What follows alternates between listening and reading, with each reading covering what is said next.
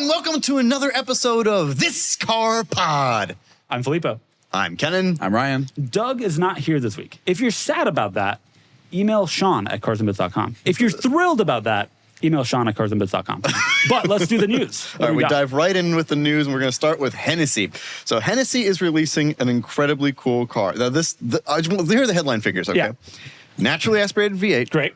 Rear-wheel drive. Cool. Gated 6-speed manual. Nice. Awesome. Now, if you're an enthusiast, those are like, that's what you want. That's what right? you want. That's actually the three things you want. That's what you want. However, in this car, it looks awesome. That this is not a rendering. It is It's a rendering. real. It's real. It's real. Does one exist yet? That one. Well, the car exists, but the figures don't, because everything is projected. In theory, it's projected to have between 800 and 850 horsepower. It's allegedly it's going to have a red line at 9,000 RPM, and the development team is targeting a dry weight of less than 3,000 pounds. Look, okay, I have no issue with this. This is a small manufacturer. They're based in Texas. They have not had time to drive across the state to the one dyno that's in Dallas. And they just don't know yet. You're telling me John Hennessey doesn't have a dyno in his living room? Come on. They're just not ready.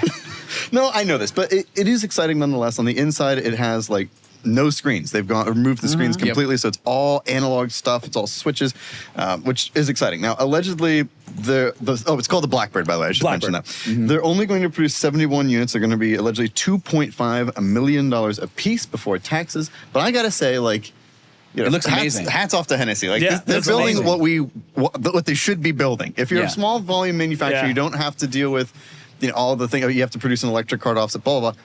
Build cool stuff like this. This awesome. is really exciting. So, how much is the Venom F5? Is that what it's called? It's not also like $2 million. I think it is. Something like that. I think so, right? And you can get the one with all the aero and everything else. It makes it more expensive. And they're wrapping up production of that car in 2028. They're saying this car is going to come out in 2029. Now, God, so it's like a replacement. It's not alongside it in the lineup. No, this is the next car. Hennessey only has so much time. They got to build all the Dodge Ram 1,000 horsepower things, Hell yeah, bro. the Yukon Hennessey HP 1000 pack. Yeah. And then they can only have time for one supercar at a time. I mean, yeah.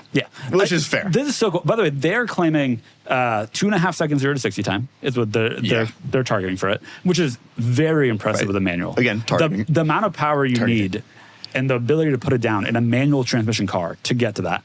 220 mile per hour top speed, which is impressive from a gearing perspective with 6 years. Well, if this works out, if they hit their projections, which Filippo's all about hitting projections. Credit to Hennessey. No, when they put out a power number and a 0 to 60 number, they hit it. Well, there are a couple ways that you also make first gear just really long, so you're only one gear to hit 60. I think that's what you have to do. I think you kind of have to. But if they do this will be the most powerful naturally aspirated car, I believe, ever. At 850 naturally aspirated horsepower. And it will also be, if it does hit that speed, I think that would make it the fastest naturally aspirated. Because like McLaren F1 could do 241 miles an hour. So we'll see. If they hit their projections, regardless, yeah. So it won't quite be there, but nonetheless, it is a really promising car.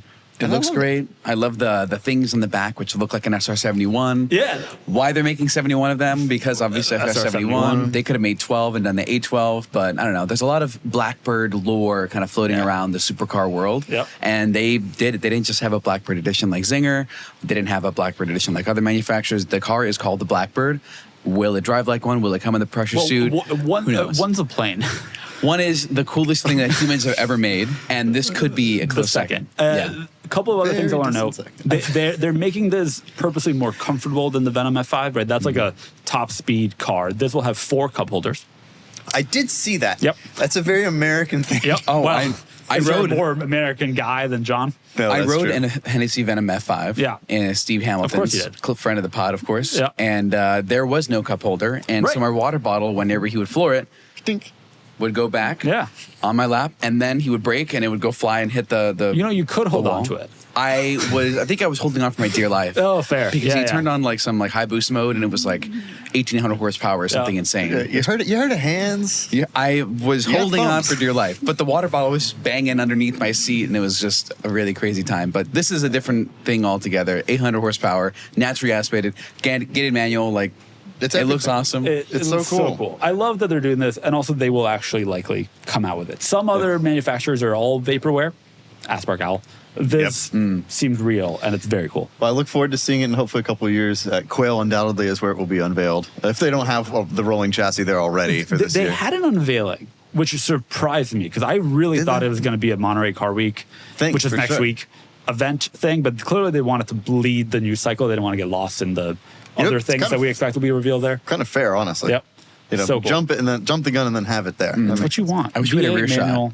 Yeah, it's everything. Love it. Absolutely love it. The rear, by the way, looks incredible. It looks incredible. You should Google it. Okay, you should Google it. Google it. You're just saying that to everybody. Everybody should Google it. Okay. Yeah. All right. Hennessey Blackbird. All right, let's see what the rear of this car looks like. Wow, dang. Yeah. Holy crap. Doesn't that look really cool? Look at the exhaust. Look at the little... It looks like a weapon a cannon's being pointed at you because you're a lesser vehicle.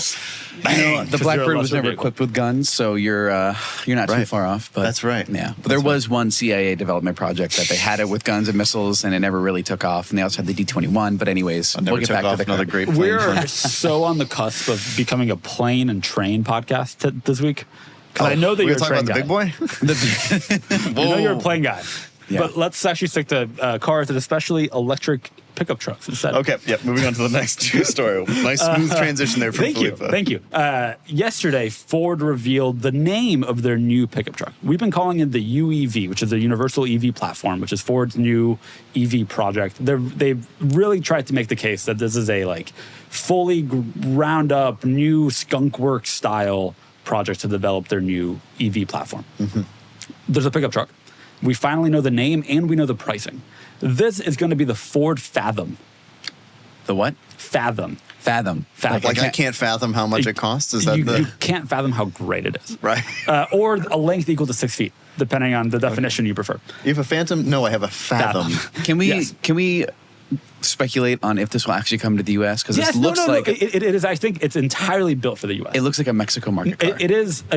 They're very proud of the fact that the front and rear seats have the cargo space of a RAV4. Or sorry, have the passenger space of a RAV4. It's like and then there's a bed. It's kind of Maverick-sized, roughly. Yeah, it looks like a minivan. This is a U.S. market vehicle developed for the U.S. market. It's Maverick-like. Passenger compartment space for similar to a RAV4. It's actually larger than a RAV4, and then a bed. They are pre-orders in 2027 and early 2027. Deliveries in the second half of 2027 is my understanding. And starting MSRP for the standard range battery will be $28,350, which is within $100, $200 of the Maverick MSRP. Is this what they're putting out to compete with the Slate and trucks like that? Yeah, I think they've realized that they need to have affordable EVs. Mm-hmm. Right now, they only have the Mach-E, and the Ford Lightning is dead for 26, which is their F-150 base truck. So this is their play. I think they think that they need their EVs to be more affordable. Under $30,000 is an incredibly impressive feat. Yeah, it is. For any electric car. Who's buying an EV Ford truck under $30,000? We'll find out in about middle of 2027. How is all 7 people are going to buy this? I think there's a real market for this, right? You have, and I think Ford would say, you have all the benefits of a regular crossover, right? You have the space, you have the technology, it has CarPlay and Android Auto, it's integrated with Apple Maps, it has Blue Cruise, which is their adaptive cruise, it's available with that. And then you have the practicality of a bed. The Maverick has sold really well, which is fundamentally the same concept. How many people are taking long Maverick road trips? 200, 300 miles of range is probably enough. That's probably for $30,000. That's a deal. I think you're right as long as people evaluate how they. If most people, like we've talked about this before, most people can fit an EV into life if they actually evaluate how they use the car. Yeah, and I think in this car, I can see a lot of these ending up in suburbia and it's kind of perfect for that. I get the play, right? You got to go a little bit. Their Ford Lightning, it turns out that full size pickup truck owners. There's a limited set, and also they couldn't get the pricing to work. Yeah. Starting sub 30 is an incredibly impressive feat. The Nissan Leaf might start sub 30, but that's the only one that I can think of.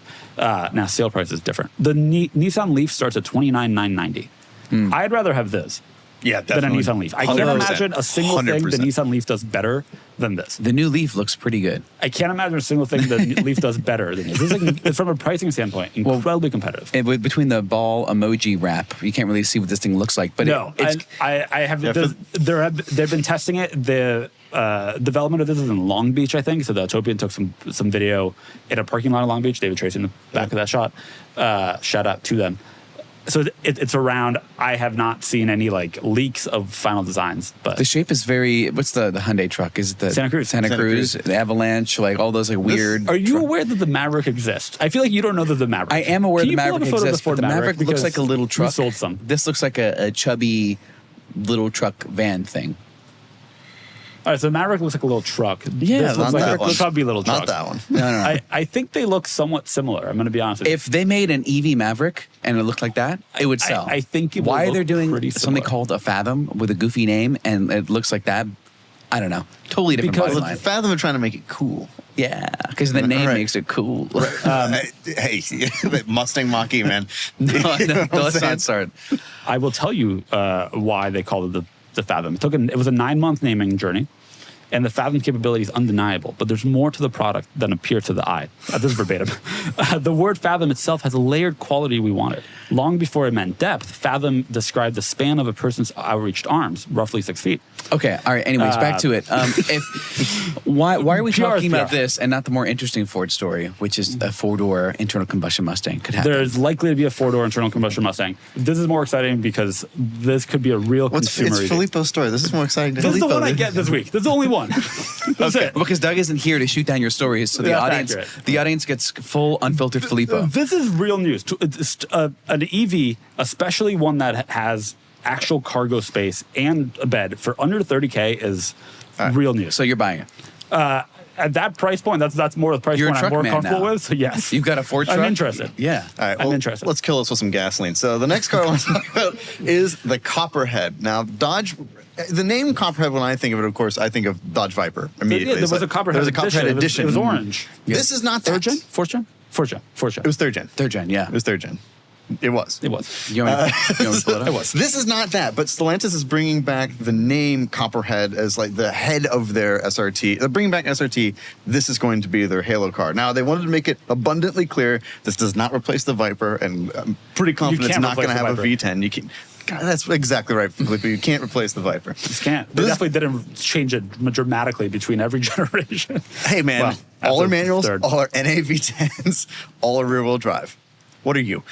But this thing Read a is, book. None of those Read a things. book, Filippo. This car, it's going to be really cool. Now, there's a lot of speculation. There are no real confirmed details on Yeah. this car. Naturally, this is going to be a dark horse, competitor. Oh, you think so? Okay. That's what a lot of people are saying. It's It's like a Halo car, but that's not much of a Halo. No. No, I personally, actually, that's what I read. I think maybe this is going to end up being more like a GTD competitor, but we're not sure where pricing lands, right? And exactly like how sophisticated stuff Yeah. is with it. We do surmise, I would imagine this is going to use some version of the 6.2 liter supercharged V8 that was like Oh. that they've like put in a lot of cars. I could see it maybe being like the almost 800 horsepower Yeah, I one mean, that was why in not? the Demon. I mean, why not? But however, they have said that it's unlikely they're going to use a hybrid V8 setup because they said a spokesperson for them was quoted as saying, Let's just say it's like putting e-motors in a car is like having an 8-track in a car. It's not going to age well, and it's which I thought was a great. They're not wrong. Quite a statement because boy, is that date exactly exactly Who they're talking to? Yeah. But I'm here for it. I like. Naturally, like the car they're going to have to use is the electrical. They're going to recycle a lot of parts of that. and that- Apparently, it's not based on the Charger at all. So it was shown at Stellantis' Investor Day, and it looks vaguely like a Charger, but it's That's not right. based on the platform. That's right. My mistake. What they have, a lot of people have speculated, it's like maybe they're trying to use some Maserati underpinnings Oh, because like the Gran interesting. Turismo hasn't sold as well, which would make sense because they got. Let's be honest. I mean, Which would kind of make sense if they're looking for a cost-effective way to make a new car like with existing platforms they already have. That would be cool. But nonetheless, like I'm here for them making this thing more more American performance cars. I'm really here for it. Now here's the question. I have gosh, two where's this questions. One, will it be manual? no. No, of course. Okay, not. okay, I'm not. great. They didn't even set it, but let me tell you. Yeah. No. I'm just getting ahead of the Just curve no. because people are going to see this and be like, is it going to be manual? No. And okay, we're getting ahead of it. And then To number be fair, two, Tim Kaniskis, who's in charge of SRT and is like a true car guy by all accounts. He's also the one who made the 8-track comment, which He's also I right, love. which makes sense. But he's also like a Ram truck guy, so yeah, fair. So the SRT10 Ram truck could come back. Anyways, will it look like this we're at all? basically there, by the way. This is just No. a rendering. No, I mean, 'cause you got Supra in the roof here. It's got Side this pipe. hilarious side pipe. But they have shown starts of the design. It apparently does look sort of like a Charger. The I'm new fine. Charger Yeah, or the the good Charger. Charger? I'm fine with that. the new Charger, whether that's a good Charger, I'll defer to others. Yeah, Fair enough. that's fair. Fair enough. But I don't know. Exciting stuff. We'll see exactly what they come out with, and I don't know. We'll I watch like it. the snake names. I think Python would be cool. Water moccasin as a car would be cool. Copperhead is cool. Rattlesnake. We get in the moccasin. Yeah, What was the Rattler other? would be cool. There was Mamba, right? Yeah, Mama Edition. Yep. There was a couple others. Snakeskin GTC, apparently. I don't remember that one. Me neither. That was a 5th gen one, so nobody cared. Oh, hey, the 5th gen's great. Yeah, it's The good. 5th gen I is will great. take no Viper slander. ACR Extreme is the best one. As a convertible driver, I wear sunglasses pretty much year-round. And for the longest time, I've accepted a certain amount of annoyance with them. You start moving, a run, a bike, a spirited drive, and they slide down your nose. You've adjusted them constantly, or they just come off entirely, or maybe they even fog up. I figured that was just the trade-off. Then I started wearing Warby Parker Sport. And what I appreciate is they don't look like performance eyewear. They're not that competing in the Olympics look. They look like normal, well-designed sunglasses. But the upgrades are where it counts. A no-slip nose pad so they stay put when you're sweating, a wraparound design that widens your field of vision, and contrast-enhancing lenses that keep things sharp when you're moving. They block 100% of UV, they're polarized, scratch-resistant, and more. I've worn mine hiking, on long walks, and they just stay where they're supposed to be. And Warby does more than sport. Prescription glasses, contacts, online eye exams, and over 300 stores if you'd still rather go in person. It's all in one place. Eyewear that's made to move with you. Right now, buy one pair of glasses and get 20% off any additional pairs at warbyparker.com/cars. That's 20% off any additional pairs when you purchase one pair at warbyparker.com/cars. Are you like Filippo, where you signed up for everything online you can find that offered something free in return? And as a result, you're now getting spammed with robocalls, spam emails, and sometimes even door-to-door salesmen coming to your address because it was so easy to find your information online? Well, that's why I use today's sponsor, DeleteMe. The more you put yourself out there, whether it's a social media, a podcast, or just hoping that that offer in your Gmail was legit, the more your personal info ends up floating on sites you've never heard of. DeleteMe goes in and removes your info from those data broker sites, companies that collect and sell your personal information to basically anyone, including scammers. It runs in the background and just handles it, so you don't have to stress. Take control of your data and keep your private life private by signing up for DeleteMe. Right now, listeners can get 20% off their plan at joindeleteme.com/DeMuro.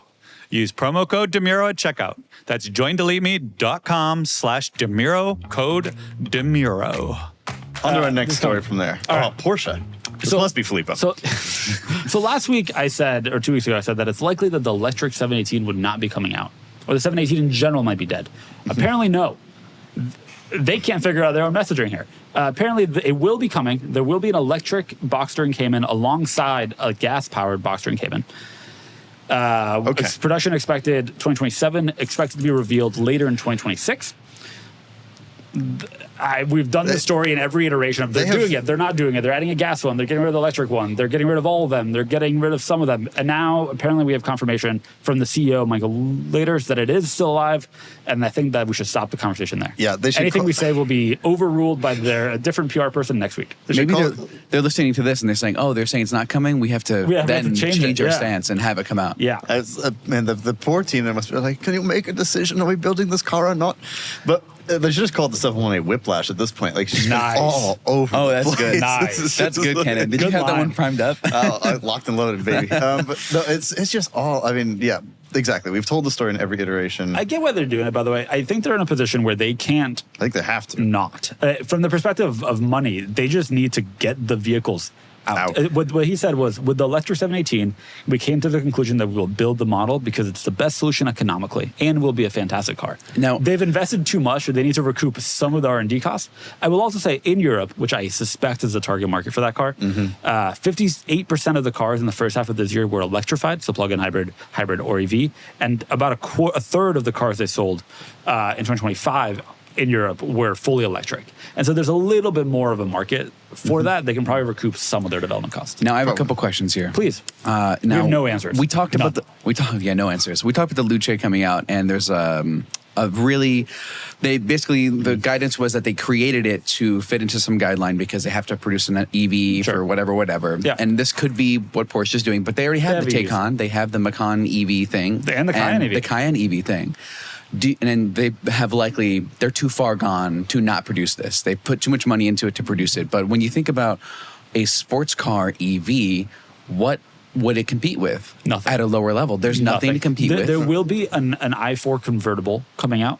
Yeah, but that's next not. year. That's not. That is the first convertible EV that's not the Tesla Roadster that I can think of. Because you talk about the Tesla Roadster, the new That was Roadster, so long which ago. will It'll never never come come out. out. And then you look at the Rimac. Rimac. That doesn't count because it's right, $2 million. exactly. And then we look at the Chinese cars, which are really good.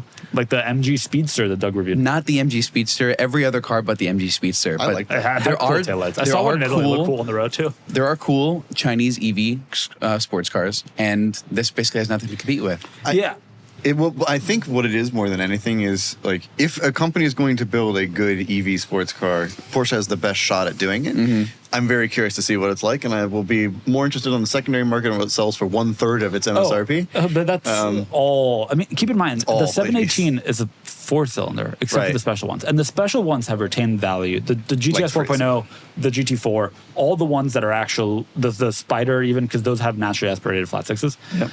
The 4-cylinder ones depreciate. The PDK 4-cylinder cars depreciate. What can you get one of those for these days? It's still a fair amount of money. The MSRPs are not More low. than you can 40s. afford, pal. 40s. I feel But like for a modern Porsche, it's not bad. The EV, I truly think that what happened, this is a very cynical take, but I truly think that what happened is that they wanted to kill it because they thought it'd be bad for the brand. But Volkswagen and Porsche are in a position where they need to preserve, they can't write off more projects. They need to sell cars. And so I think that the accounting team was like, absolutely not. You got to recoup some of the development costs here. They're splitting it with Audi, I assume, with their Audi TT recreation. And so they just need to get a car to market. And so financials won out over brand building. Totally. And they are giving us gas one anyway. So it's like, I don't they're giving think us gas one. I feel much better about that. The Ferrari Luce got so much flack, deservedly so, because it was such a weird... They're sold out for the year. Yeah, all 88 cars. Yeah. No. They're sold out not just in China. They have orders for the full year. Right. I tried to see how many orders Of course, have been what they fulfilled. haven't said is that for every other model, they have orders when it's revealed for multiple years. Right, yeah. There's a they've wait restrained. list. That's exactly right. But By the way, can I talk about the Cayenne Turbo? We haven't talked about the Cayenne EV Turbo enough. Have you seen any videos of the Cayenne EV Turbo? Nope. It is wild. It is 2.1 seconds 0 to 60. And That's crazy. for a large 5-passenger SUV. Didn't the Model X do Something that like 10 10 years seconds ago? to 150 miles per hour. It's faster, I think, than a Plaid. And it's the fastest SUV that anybody's tested. You can watch drag races. Carwow has some great ones. And it is just absurdly fast. I'll check it out. Absurdly fast. That car, I'm actually I'm excited about that car because I think an EV SUV does make more sense. You can fit a lot of battery Yeah, that packs in kind of it. also Weight's not really a big It concern. does It's not make more built for sense, hand. but the sense of going 2.1 or 0 to 60 in 2.1 2 seconds. You want to guess what the quarter mile time is? In independent testing? 9.8. 9.5. Okay, that's pretty quick. Jeez. You want a 10-second car? No, I got you a 9-second car, and it's a SUV. And these are cars that regular people can buy with no experience, and they're out there just peeling around Fashion Island. That's just, all cars. Yeah. Good lord. But admittedly, this is a little more accessible. All right, moving on to the next news story. Oh, Aston Martins. Okay. Ryan, this is news just for you, speaking indeed of that. Okay. All right. There are 5 new special edition Aston Martins, one for each model in the lineup. And they are colors that are taken from prior special Aston Martins. Oh, yeah. They will also only be sold at Aston Martin of Newport Beach. But it is nevertheless, it's built by them and Q by Aston Martin together. I assume that Newport Beach, by the way, is their biggest dealership. Oh, it is. The only In the US. dealership I think in all of California was selling DBXs. There was Aston Martin Newport Beach. Yeah. They move inventory. So far, they built these 5. I don't know how many more they're building. This is unclear. But would you like to know all the colors? Yeah, let's hear it. Yes. The DB12 Volante, which is that. One.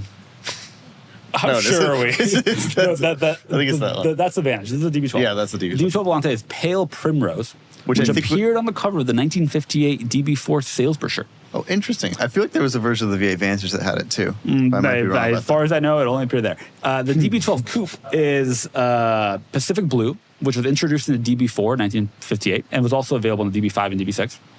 Ooh, it's a good color for a DB5. The Vanquish, this one, has Tudor green, which was apparently quite popular in the 70s.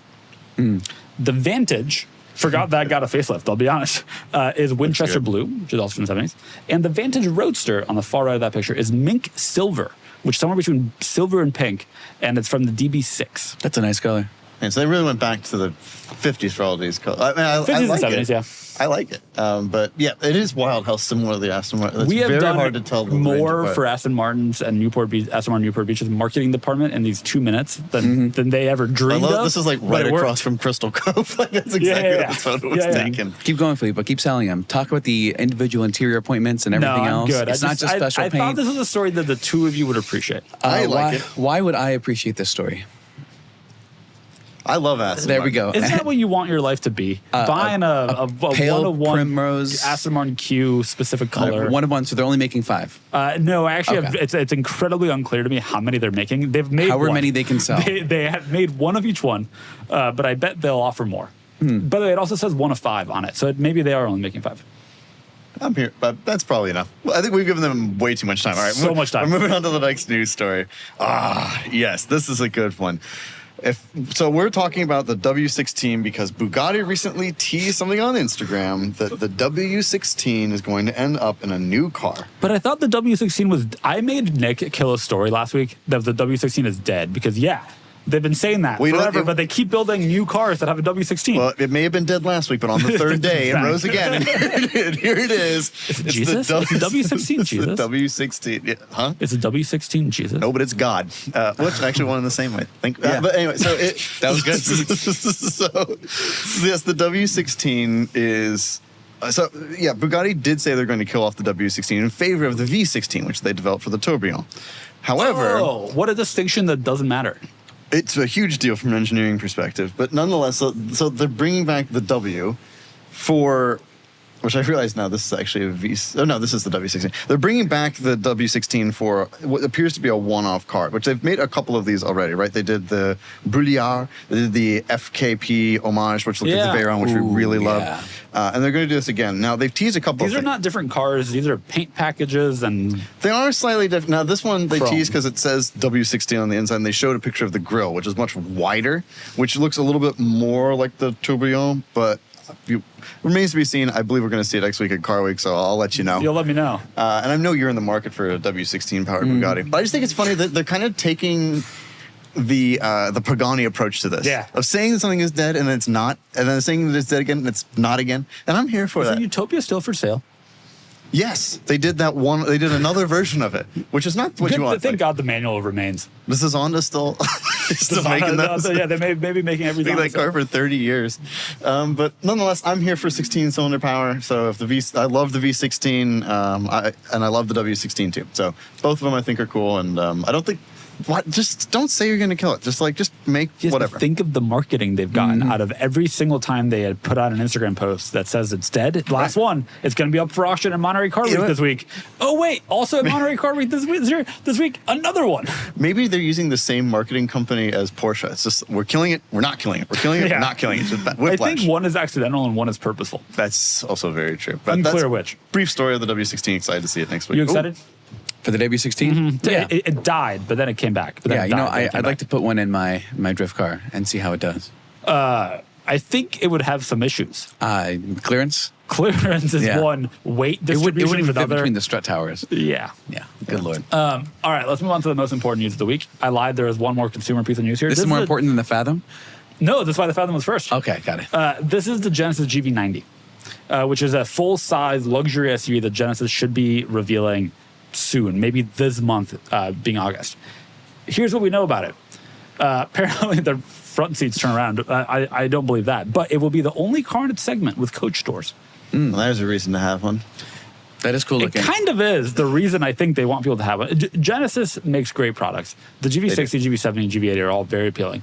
They haven't come out with a new car in a while. They This may is cool. disagree, but it's fun. Factually Well, they accurate. came out with the Magma race car, right? That The counts. Magnum GV60 Yeah, was yeah. announced like a year and a half ago, but it's cool. They're starting to sell them. But the GV90 will be like a full luxury vehicle. They're trying to move even more up market than they already have.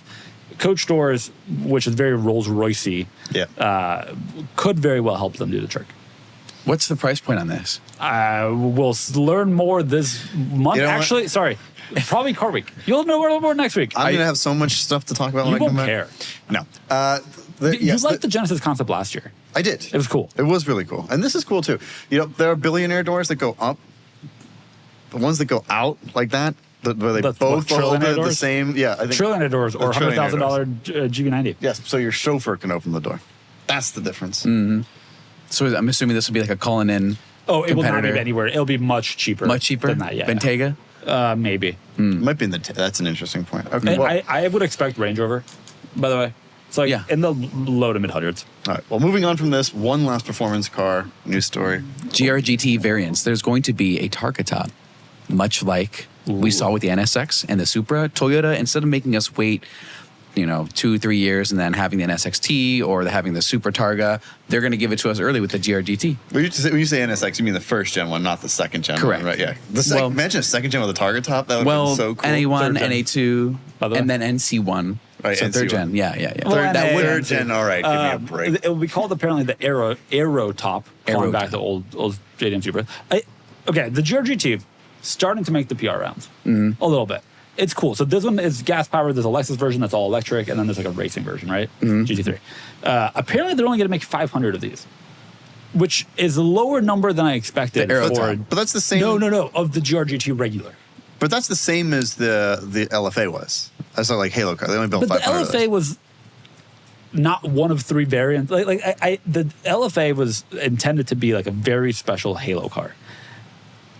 I thought this was Is going to this not compete with this- 911. I thought this was going to compete with like the AMG GT and like Oh, this is 911 GT3. This is supposed to This be is their regular flagship. production. This is supposed to be a normal car. Apparently, they're all going to make 500 of They're them. making 500, and they're Fair. probably going to do a Mauricio edition, a Nürburgring edition, There's talk of a GR and circuit, edition, a track. yeah. Grimmin. Well, all right, 500 of these. I don't know what to think about this car. So journalists in Europe have done some. Clearly, they did some reveal. Seen some footage of it. I still can't tell if it looks good. I still can't tell if it will drive well. I still can't tell anything about it. And also, it's an automatic. I think I think it's cool. I'm eager to It's a see it long in hood. person. Maybe. I like or maybe it. it's a short car. It's hard to know. You're a 911 guy. I like the long hood. Listen, But as the resident Japanese car guy here, Yeah. I've got a hot take. Please. I don't really like the way it looks. No, I think that's. I think I it don't looks think that's goofy. a hot take. I think it looks goofy. That's like a gazpacho level take. I think it looks. a what? Gazpacho level take. Is that soup? It's cold soup? Oh, okay. I was like, lunch. Yep. culture, Ryan. But no, I thought the think joke it was looks- good. I'm more of a but matzo ball soup guy I myself. forgot who I was talking to. I like to get matzo ball soup. That- But yeah, that's too hot. That's Yeah. way too hot. This well, you know what? Here's the thing. I reserve judgment on how it looks until I see it in person. Okay. Because a lot Yeah. of the time the cars don't look as good. A lot of cars I've said that I don't like the way it looks, and I saw it in person and I liked it. So the Luce does not apply. Is there any ruling now where you have to create 500 cars like homologation cars to go racing? Is this car going to It's just be their decision campaign? as far as I know. I think there is a GT3 question. edition that, like a GT3 version that will actually be raced. That might be why. But then if you're doing all the development, I'm surprised to hear that they're only planning on making 500. I could 500 also of these. imagine that they're making them purposely limited to, at the very least, gauge demand. And like they don't want to be the brand that can't sell their Halo car. And so limiting demand, there limiting once supply, already. limiting supply means that they can likely sell 500 and claim that there was strong demand. Let's hope that it's 500 first edition models, and then we can Certainly get possible. a normal production model, something more standard, something that will be at Toyota of Temecula or wherever, Oh, and these then will we can still see it be- everywhere.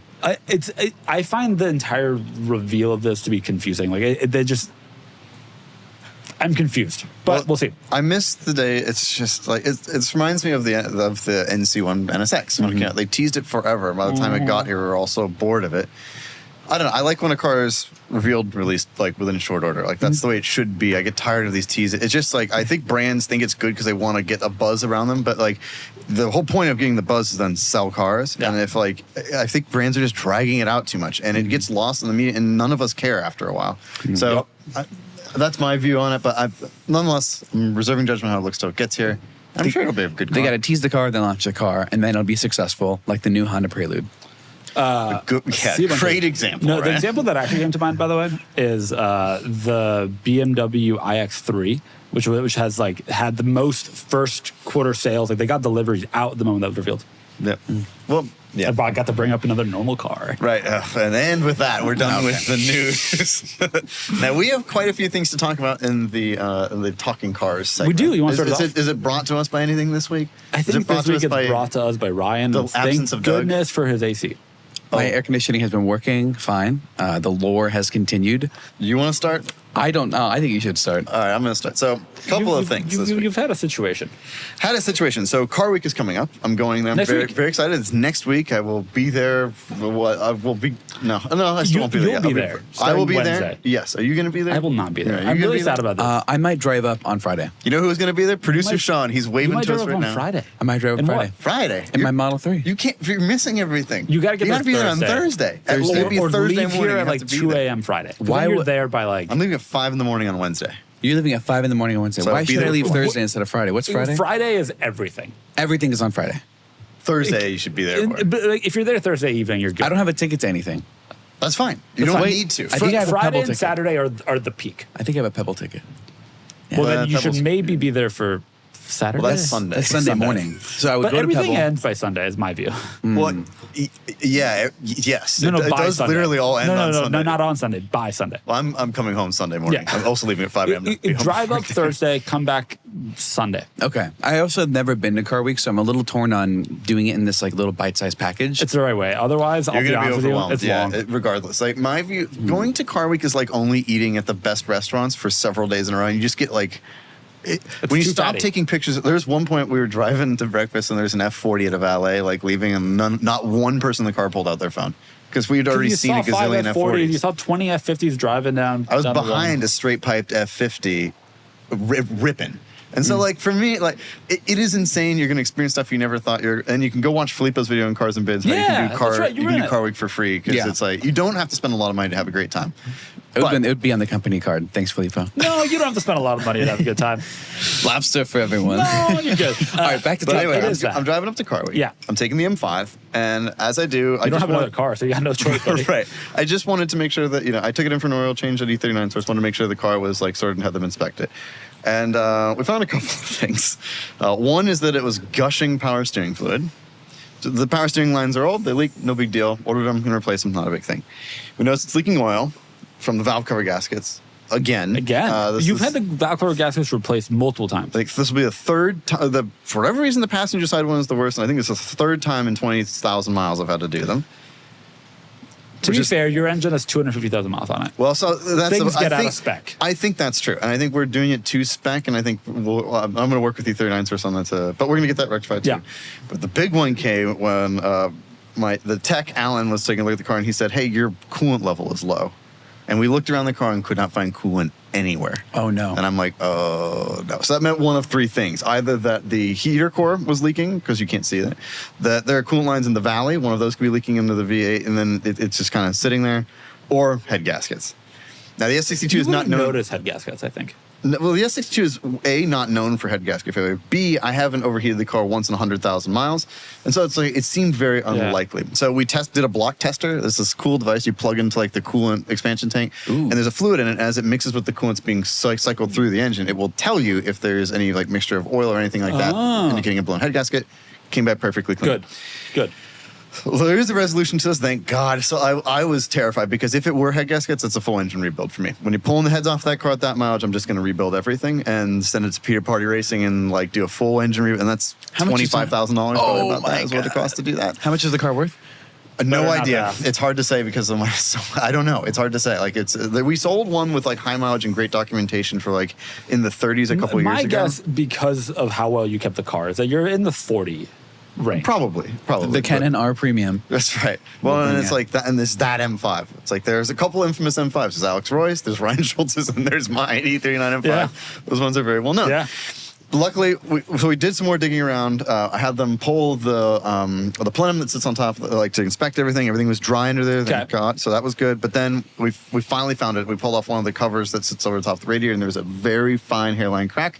And we were pushing on it. That's where it was coming out of. Ah, nice. So it's like, thank God. So radiator, so they're going to solve that. So luckily, the resolution was done, but I was in panic mode for a while because like The idea of if I have to drop one, that's, I mean, I can. I just don't want to drop 25 grand on an engine right now. You'd be insane if you Obvious dropped. reasons. You'd be Yeah. insane And at if some you point dropped. I will, which is, I've thought about the idea of getting another block and starting a rebuild and having an engine ready on a shelf to put in the car, which is a whole other level For of those that insanity. don't know, Kennan currently probably has the best warehouse of, I know of that. OE parts. No, that honor goes he to ordered Ryan. 7 headlights. I did. You have I- 7 headlights? You might think to yourself, why is it an uneven number? I don't know. I bought Just in no, case. it was 11 sets of headlights, and I didn't order them for myself. I preferred my version. Ryan and my friends, we all bought the last available Eurospec Hella headlights anywhere on the planet. We all have them brand new, sitting in a box, ready to go, because they At some point, Hella we're destroyed the gonna jigs, can't make them. we're gonna so. get news of like a heist of M5 parts. Well, I'm pretty. They're secure. Don't But nobody no, try. Ryan has an even more impressive parts hoard than I do. You talk about someone who's ready to keep a car on the road, it's Ryan. But nonetheless, that was my M5 scare this week. But it's currently being worked on. It's going to be rectified, and it will be ready for Car Week. What did And you it will drive be here? at Car Week. What are you driving around? My friend Chris lent me his 430i Spider. That Oh, nice. We're calling it the 430 Spider, but it's a BMW 430i. It's getting Nice. shipped out today to Louisiana. Another car's getting dropped off, so driving that very briefly, making sure it's How good. is it? So this opened up my eyes to something else. This is Okay. the next subject I wanted to get to Okay, real okay. quick. I need to retire the M5 from daily use. Scares like this, it's like I've put so much money in the car. It's like I need to think about it. With each mile I'm putting on it now, is it like actually enjoyable and worth it? The answer is becoming no. And so like I want every experience on that car. Driving to Car Week is great. Like that's a really fun That's what the car's experience. for. That's what it's, and that is like the car is perfect for that. But I've been thinking about getting a daily. And when I brought this to Filippo just went like, Oh yeah, I looked he at was that all the meme, leads. you know, that guy just going. It's Birdman. It's not just a guy. Yeah. But did he suggest the Ford Fathom? I He did- would have had it been out. I Okay, absolutely would okay. have. But I've been thinking about it. It's like I think a Kia EV6 was suggested at one point, and I can't imagine you driving around an EV. An EV is a great choice because like this is just local travel. When you're going on a long road trip, you're always going to take the M5. kind of because they're Fundamentally. usually fun. You know what makes the most sense. You can lease a BMW i4 M50 for nothing. It's BMW. It's comfortable. It's what you're used to. It won't cost you anything. I guess that's true. But And then you can just wash your hands of it when you're done. I had pitched a WRX because there are Yeah. $300 a month WRX lease deals right now. yeah, but then That's you're driving. crazy. You're a grown man with white shorts on driving a WRX. Yeah, what's wrong with that? There's nothing wrong with. Not that there's anything wrong with that. not that there's anything wrong with that. No, that's not the answer. As for daily driving, if you want something that is just purely for the appliance aspect of it, an EV makes a lot of sense. I think I do, and I do I see that appeal now. Especially, I did dream that gas was $10 a gallon the other day, which doesn't seem that far away, to be honest with you. In theory, as of today, there's a deal between Oman and Iran for Hormuz, but that's going to change by the time you're listening to this. Right. wherever They you are. again went to So- the Whiplash marketing company. I'm sure there will be, and then there won't Yeah. be. There will be, and there won't Yeah. be. But imagine how much better it's going to be getting in your Well, M5 I- after being in your appliance. Oh, interesting. I think that is true. Very true. Although I might be disappointed with the performance. An EV is going to be so much faster. Than Yeah, but it's not that. about. It's about the. It's about the noise. visceral and totally. I got to ride in the back of your car. I got finally. You did? Fine. Well, we need to do a proper Yeah. drive. You were in the car allowed? so you can. I was allowed. It was To for, be in the it was for backseat of his Kevin's car? wedding. He needed a. Nobody sits in the backseat of that car. Really? That backseat is People are allowed. flawless. People are absolutely allowed. It Just- was a nice supple. Was it Napa leather? Yes, that's correct. Very nice. Thank Very you. nice. Thank you. It's actually quite soft in that particular example, but yeah. So it has gotten me thinking about getting a normal car. I still want a Viper, but I think I want. I don't know, the freedom of having a car you don't have to care about or worry about. That's still nice, but like it's like if something happens to it, like at the end, I'm not emotionally attached to it. I just trade it in, get it. It's a genuine appliance, like a phone. Basically. I support this for you. It's great. I'm kind you of. also do so much like around town driving. It's Because costing. you have to, but like, why when you're going to where you store your cars for Kennan are, it's 3 miles from your house, 2 miles from your house, Something like through that. potholed streets and There's like some of the worst it's streets. I know where it is. It's truly is some of the worst streets. Yeah. And like, why do that? To a Why good car. like that? Your car's not getting hot, and just not getting hot. It actually You're- does come almost completely up to temperature, but surprising. still. But like, why? Exactly. That's exactly right. Like it just the abuse to it that's happening is like it's just like the wear on the suspension. It's like it's just like that's not worth it to me anymore. So, and especially because these parts are getting hard to get. About 4 of the last rear ball joints in the world for my car. Jesus. I want to be clear about something because I don't want my statement to be misconstrued here. I think this is an insane decision. You should just get rid of them. Like practical mind is you should get rid of the M5. No, but I buy still- a sports I car still- and a car you like. I But still I love know that that's not going to happen. And so I very much support a daily and keeping the M5 alive. Thank you. There's going to be people that comment and they say, "Oh, Kennan, why would you get an appliance? Just get a different special experience to drive WRX. it daily, like a Z3M." Well, it's way too raw. That's an old car that also doesn't have part supply. It's just like I think that You're not wrong. Because I still love my car. Like it's just like everybody gives me a lot of crap for really liking my car. Like every enthusiast thinks that like, oh, you should keep a car forever. It's like, well, I'm actually doing it. So like this is what it takes. I want to be clear. I've talking never said anybody should keep a car forever. You're talking. I'm the least nostalgic person you know. You're talking to which is a perfect transition. Orion, you have a car you've had forever. I have a car. Zesty drift car. It is no longer the Zesty drift car. What happened to the stickers are gone. Some of the stickers are gone. Wow. But you know, the Zesty racing stickers are gone. all the stickers are gone. There's sticker on the windshield for sure. That is a windshield banner. It's a different story. It's not a sticker. It's a banner. A sticker on paint is a whole different ball game. And I think the audience would agree with me. This wonderful audience, great people. Great people. Yeah, I was waiting for that, Kennan. Thank you. Anytime. You know, I've had the privilege to drive some really incredible cars. Yeah, being you have here lately. and being on camera, and we'll come back to that. But driving those cars and driving producer Sean's new M2 made me think, and driving Johnny's V8 Vantage on Friday made me think that, man, something newer, something a little more mature would be very nice. A different experience than something that I've had for 15 years and built and put all this work into, and it's low and the bumper scrapes and all these things. And I don't know, it's different because you pour your heart and soul into a car and you want to keep it forever. And as Kennan knows, you know, it's not always the most financially sound thing to do, but I can't stop thinking about a Hockenheim Silver M2 comp. Really? Yeah. So Sean getting an M2 non-comp, but an M2. Yeah. Have you driven his M2? I did drive his M2, but it wasn't Sean that planted the seed. Really? Back in Tesla in 2020, my buddy who is a tech there, Chris, he got an M2 comp in Hockenheim Silver that he did the European delivery of. Cool. And he did the whole experience and seeing the car almost every day in the parking lot. I was like, oh man, that's nice. Would you? I'm trying to think what the right way to ask this. You haven't been drifting in a while. No, but there is a new track opening up, TCB Ranch or something, an hour into Temecula. Oh, nice. So that would be, it's like a Toge style track. Do you think that part of it is that you haven't used the car for the purpose you built it for? I think you got to drift it once on the West Coast. I would love to drive. I don't want to drive it on Grange because Grange is Apple Valley Speedway, which you guys have been to, because you have to get it trailered there. It is not a shot. It is a yard sale if you go off track, and it's just the car is too nice for that, unfortunately. Terminology that I'm not familiar with. Yard sale is when you are drifting or you're driving and you go off track and you bump and then your side skirts fly off, your front bumper flies off. I like that It's a yard sale. Just everything just kind of flies off. Okay. But yeah, I don't know. I'm driving the Lancia was great. Even that Volvo wagon that I drove, I was like, wow, this is cool. I wouldn't drive it every day. It's an 850 T5R with a manual. It's the coolest car we have in this office, and I'm incluling the Countach. It's pale Lancia Delta Integrale. I know that's what's getting a little iffy, but so there's a couple of things I'm considering, and it's not the V8 Vantage would be cool, manual. M2 Comp would be cool. A 2002 TII. Oh wow, be you cool. would go That's old an too. interesting Because choice. this is fundamentally not your daily. No, you it's have not a my daily. Yeah, no, not at all. But the 240SX is hard to drive all the time. But it's sound. I've did the engine swap, the SR20. I did all the suspension, restored the interior, all this stuff, and I have friends who want to buy it. But yeah, Would it's you tough. keep it? Would you sell it? If I wanted to get something else, I'd probably sell it. Wow. Yeah. And that's going to be a tough day when we say goodbye to the Zesty drift car. We kind of half already have. It doesn't have its name emblazoned on it anymore. Emblazoned on it. It was never that, but I've had my time with it. I've enjoyed it, and it's nice. There's nothing else I want to do to it to make it better. Do you want to fix this so that consistently when you turn the key in the car, it turns? It does start up every time. It sounds great. Every time. Just the key doesn't turn. The key, it's just the old worn cylinder. Yeah. Just you have to jiggle the steering wheel. This is 90s Nissan stuff, Filippo, something you know nothing about. I actually love your car. I think it's very cool. Very you. And you got to drive it. I do want to drive it, yeah. I would like to drive your and I got to take Doug 240. drifting. That'll never happen. I can only picture it. Ryan, that will never happen. He'll go, no. Let me think for a second. You carry the one. No. Exactly. That is what he'd say.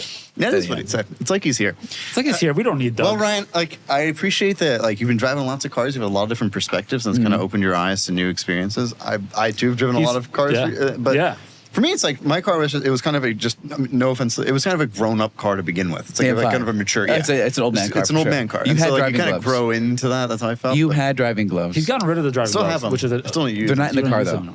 I go through them too quickly. You'd go to dinner with Kennan, and you'd all leave, and inexplicably we all drive separately, despite the fact that we live Another couple of blocks. We're all ridiculous. But you would like get in the car. Most of us would be halfway to our next destination. Kennan would be there because gloves on. Filippo turns the car on, and when it spikes its revs, before it even has a chance to come back down again, he is in third gear and out. Well, maybe third gear, yeah. Well, the solution but I'm not revving it when cold. You don't rev it with cold. You're just gone. You gotta leave. You gotta leave. The solution is you get an EV and you can just take off right next to Filippo. You'll be right on him, like white on rice. That's right. That's right. Something to think about. But so I think that's growth for both of us, and that admittedly I'm keeping the M5, and that doesn't change. But like the fact that I want to give it up, even driving a manual as a daily. You want to give that up? Well, an EV's not a manual. Yeah, but like you could get a non-EV. Maybe. Let's go deeper on what Kennan should buy. EV is, for so many reasons, a great choice. You're driving around San Diego. You're driving around Southern California. Yeah, we've got chargers everywhere. It's easy to live with. But let's also, the peanut gallery is going to comment. Let's have some basic things. It has to be no more than 5 years old, 10 years old. Yeah, as new as possible, I think. Because I don't want to have to deal with maintenance. Someone's going to say LS430 because it's the Lord's car. The LS430 is. You need a car that you don't need to worry about, and you need to even an LS430, which is reliable, although it has some problems. You have to worry about things age, things are worn. You want to not deal with any of that, right? That's correct. That's the goal. You want a sedan, hatchback, SUV, pickup truck, convertible. I don't really want an SUV. Something smaller would be kind of nice. Again, like a Nissan Leaf. Oh, Jesus. I'm asking questions here. That's a question. Let's move on. That was a question. I want to if the R3X existed, that's what I'm waiting for, to be honest with you. The R3X That's is what I amazing. want. But that's still not that's around. a couple years away. And it'll be $60,000. RJ said himself, that's the car I would want. So, I'm waiting for, that's what I really want. Okay. But for now, in the interim, honestly, and that's car's probably 3 years away? Yeah. So to have something for at least for 3 years that I don't have to care about, Perfect. It's pretty, yeah. All right, so you want something practical, hatchback, sedan in that world. Yes. Smallish. Yes. Cheap. Yes. Cheap lease, at least. Yeah, exactly. So think on that. Oh, I've got thoughts. I'm sure you do. Do you have anything for us We this can week? make this happen tomorrow if you want. Now, about it. If you were nuts, you'd get a Giulia quad. There's only so much crazy I can handle. Plus, Yeah, I'm going to have a I Viper know. after this. You want to buy a station wagon? I got a gray one, 2014. E350. Not yours. The worst 2014. It's not bad. Dirty. It's not bad. It's not bad. 2 accidents on the Carfax. It's not bad. I actually don't know. I haven't checked. Don't pull it. Don't pull the facts. Okay. All right, Filippo. I do have one quick thing, which is finally there are wheels and tires coming for my pickup truck. Finally. Shout out to Nokian for the tires. They're there. They all fit in the back of my station wagon, by the way. Wow. 5 full-size 33-inch tires. And then wheels are coming from Nomad, which I'm really excited about. That is Nomad. Nomad. What do they look like? They look incredible. You'll see them when they're on the truck. They're not fuel off-road wheels? No. Okay. They look great. I'm very excited to have them on there. Are they When I start period driving the truck correct? around. Are they? What color are they? Silver, White. white. White's the right color. White's They just the right color. make it look I friendly. also do need to do other stuff to the pickup truck. I need to do some kind of temporary clear coat or something to stop the patina. Linseed oil. Linseed oil is what Actually, some people I'll ask said. our friend Colleen because she has Let's ask Colleen. she has that Willie's Yeah, pickup. I wanna know. Yeah, I'll wanna ask know. her. I She wanna know. tried linseed oil and there's some. Is it reason why these she doesn't. wheels? It is not those wheels. It's the ones that have more holes. More holes. Okay. People will see them. Don't you worry.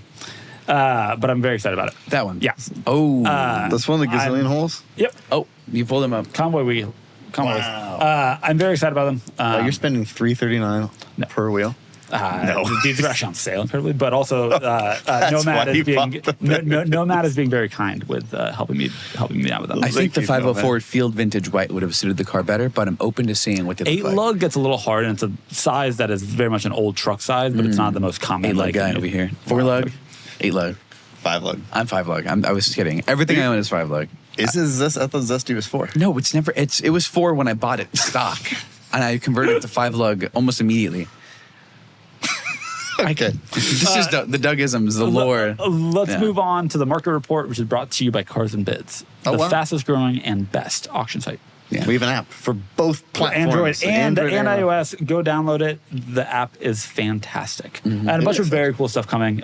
Some of us will be at Car Week, by the way. Producer Sean will be there. Ryan may or may not be there. We don't know. And I'm then decided. some of the folks from the Key channel, which is a great channel. Check it out. Joe gonna are be also there? going to be there. Joe will be there, yeah. Yeah, I can't wait and to obviously see Joe. Kennan will be there. And Yes. Nick will be there, and all the other cool people except for Filippo. Crazy Nick will be there if his Range Rover makes it. Fingers crossed. It will It's, make it. It will make 50. it. All right, but speaking of the market report, can I talk about two cars just off the bat? Please. Just search 911. Okay, here we go. Filippo wants to search my Give us some nugget here, Filippo. What? By the time this comes out, I want to talk about a couple of cars that are live that are just exceptional. We have a 2018 GT2 RS Yeah. live. That's on Friday. Visoc. So like right after this podcast comes out. Yeah, But this Visoc. is a special car. Also, GT2 RS prices, we sold a few, but it's been a year or two. 612. It's got a ways to go to based on comps, based on some comps. Recency matters a lot. On comps for these, it's a little unknown. But a couple of years ago, these were $200,000, $300,000 cars. Absolutely. And now they've doubled. More than doubled. How? It's wild. Well, I guess because there is no new GT2 RS. There's yet. no GT2 RS. Yet. Maybe ever. Maybe ever. They are awesome. Like, I love the 991. Yeah, it is such a. I remember I drove one of these ones brand new Marshall Gold when we had our course. very first, like one of the first ones released delivered to the country, and it blew my mind how fast. The 700 horsepower Yeah. twin turbo flat. This was the most powerful 911 when it came out. Yeah. But Oh, it's yeah. not the most powerful one currently. I think the Turbo has more power. The Turbo S E-Hybrid, whatever, has more power, I think. Lovely. But this is an incredible special car. We also have a 911 ST that ends next week, which is like turbo special. manual, right? Is that a fair summary of the ST? Turbo that's manual? ST. No, You're it's thinking, just- you're I thinking think of, it's the other one. This is naturally aspirated. yeah, why can't I think of it? Sport Classic. So I think it's Sport Classic, yeah. Which one's SC, ST? not ST. Different letters. Different. Right. And not the the GT3 SC, which is different. No, this is a So the different car completely. Very special car in its own right. This What is is one of it? the most desirable Porsches that like exists. It's a manual GT3 RS, basically, right? But not RS. Yes, Yeah. yes, It is yes. a manual GT3 RS. It's a car from it's an engine from the GT3 RS, but GT3 touring styling Yep. and a Yes. manual. and a manual, And which is super lightweight. It is, in my opinion, the best 911 ever made. I want to drive one. Listeners, if you own a 911 ST, let me drive it. Let me experience it. Yeah, Let me film I with mean, it. same though.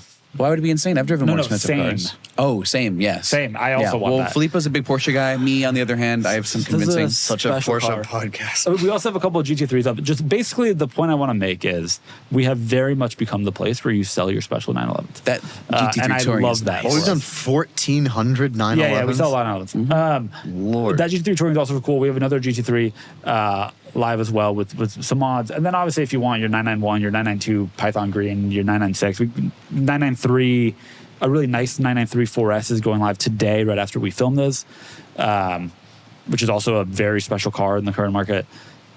We're the place you go now, and that's exciting. All right, Kennan, pull up this 2022 911 GT3 on the far right bottom, because that is a 911 for me. I love the GT3. I love the 992. And this one has the cup wide body conversion on it, which it's the That's most cool. Ryan 911 that's ever existed.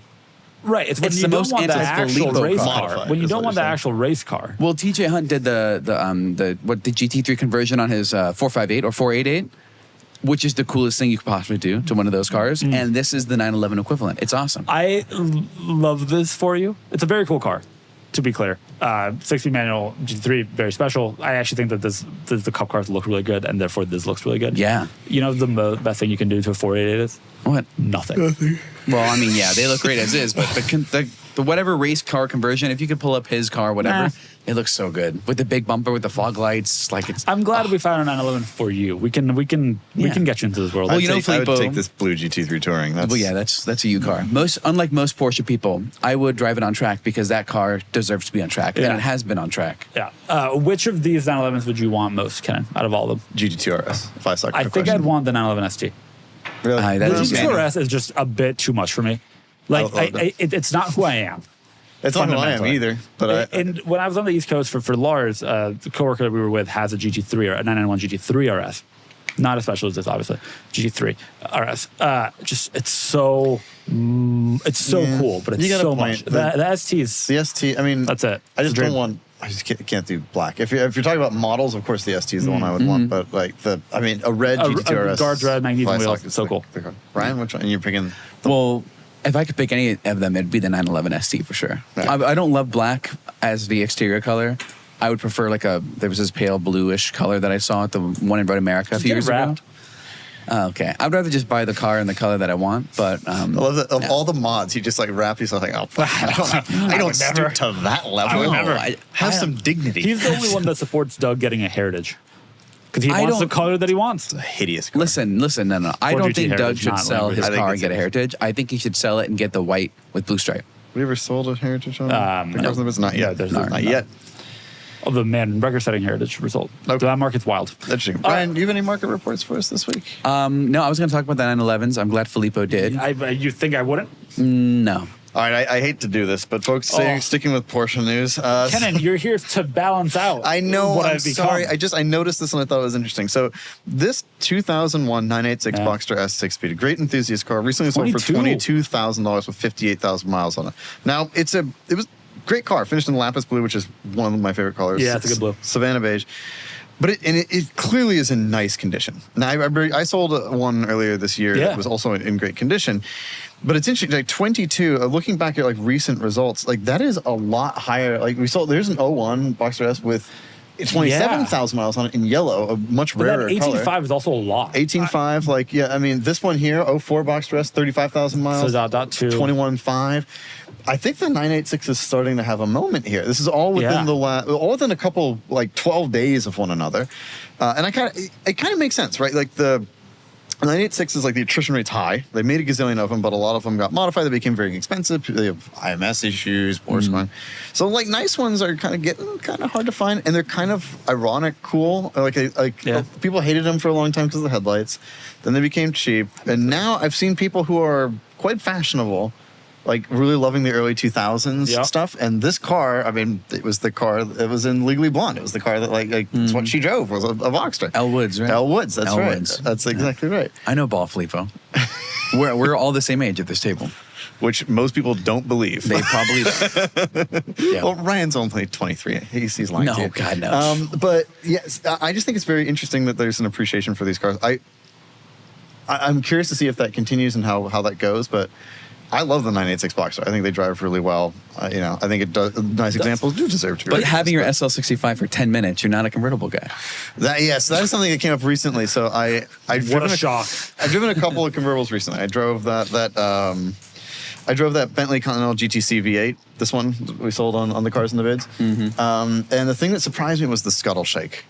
I was like, I'm it surprised by vibrates that for a a lot. Bentley. It vibrates. I mean, it's heavy. That's the thing. It is really heavy, Yeah. and there's no roof, so there's a lot of vibration. I also recently drove. I have an NA Miata. It's coming to site. We've sold it previously on Cars and Bids. It's the cutest the little nicest car. one. It is the nicest NA Miata left in existence. Let me Really? bring it. Because we sold one with like no miles That's on it. the That's the one. That's the one, really. Yeah, it's Coming back. It's this one. This one. This is a Wow. sweet little car. So it has 5,200 miles on it now. But I drove that, and I was surprised also. The scuttle shake of that thing was wild. It's like the highway, like on the 5, like as you're headed kind of north, like you get close to like Depends. Are we north or south of the 8? south of the 52. All right, I'm familiar. Yeah. Keep So going. before you get to La Jolla, it's kind of uneven there. And it's a spot that is subtle enough it will upset a convertible car, and you can feel the scuttle shake. And then this Upset thing, a convertible car.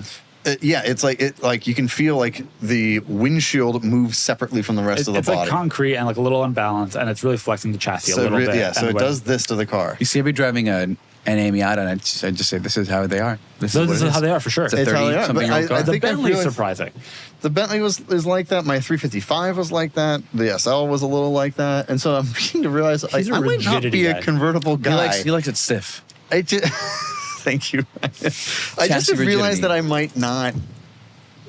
As much as I love being in Southern California and having the roof down is cool, I might not like it as much as I might like it conceptually, but in actual practice, it really bothers me. The vibrations just drive me nuts. I am not surprised with this. I also feel like you are like a NVH guy. You like it Yes. to not be like you like the noise vibration harness. What is and quiet? and What is harshness. Noise vibration hardness. Oh, okay. Harshness. Low NVH. Low Low NVH is NVH. Got it. like CM5 that's is. what you want. Yeah. That's who you are. And It's true. convertibles inherently, by design, add noise, Right. add wind, add things that I imagine you find just not what you want. I don't know why, because I still want a Viper. That's a convertible. Like there are cars that I want. I just realized recently it's like I don't know why it struck me. I'm like, maybe I don't actually like convertibles all that much. But the Boxster Spider never did that to me. The Boxster Spider, I never really noticed any scuttle shake. I'm glad you brought I've up the driven a Boxster lot of Spider. miles on those It is cars. a stiff car. that might be which is that's why. delightful. I'm glad you brought that up because I texted Sam to borrow his Boxster Spider and experience it because you are now coming around as a non-convertible guy. I have always spread the gospel of convertibles are BS or whatever. I'm just not for me. But the Boxster Spider, I've heard really good things and I want to experience it. I want to drive it. So it's a great car. We'll see. The trouble with that car is you want one like I do and then nothing else will. It's just so good. It's so good at everything. Why don't you just buy that instead of the Viper and skip? Because once I do that, it's gonna be like my M5. I'm never gonna get rid of it. That's so I don't true. want to deprive myself. I want to have some other automotive experiences before I get to the Boxster Spider and then just peace out and never buy another car ever again. So, yeah. I'm not surprised by this. I also am not a huge convertible person, but in Southern California, you accept some of those trade-offs because you can have the top down. It's so always. beautiful. Exactly. So did you enjoy my Fiat?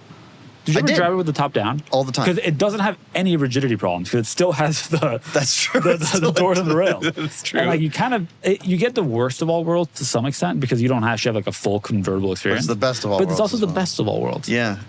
That's a good point. I did enjoy your There are other cars in that same realm. Not many. The Jeep Liberty had a roof like that. Good example, Filippo. Thank you. The Figaro, I think, is available with a roof like that. If you want a Nissan Figaro. I would own a Figaro for a time. I'm trying to think of a few I love others, that and car. I think I'm out. But yeah, that was it was just like an observation I had recently. Like this car really the Bentley really opened my eyes. I was like, man, that was a surprise. But I don't know. That car also went to its new home. Very excited. Went to Long Island. Which is cool. Good. That's the right home for it too. Yep. I believe a real estate agent bought that car, which makes a lot of sense. Which Can is cool. I talk about one other car? Yeah, of course. All right, look up GR Corolla. GR Corollas have been in the 30s to 40s since they came out. When they first came out, the Marisa editions and still around 50. But this week we sold them for just over $20,000. How many miles did it have? It had real miles, 100,000 miles. Oh my God, 95,000 miles. That's 2 hard, long years. Which is impressive. But like at 20 grand for a car that's 2 years old and it's a Toyota product. It's a high-strung Toyota product. There's a 3-cylinder engine that puts out 300 horsepower, something like that. That's right. And on the drive, it's maybe a little complicated, but this is a special car for 20 grand. I agree. It's a lot of car for 20 Daily grand. idea, right here. That's not a bad. It's stiff is the only issue. It is really stiff. I do remember that. But you like stiff. For convertibles. Okay. Have you driven a GR Corolla? I never have. When Doug had it on test, I drove it. Yeah, how did you like it? I loved it. I just felt that the interior was incredibly cheap, and I didn't. It But felt for like your an economy daily, car. it has CarPlay. I know, but I wanted it to be a little nicer inside than that car was. You do And that want to be really maybe, felt like a It just like everything is a hard plastic. Yeah. And look at it. It just looks. Well, it's a $20,000 car now. Well, now, but it wasn't when it came out.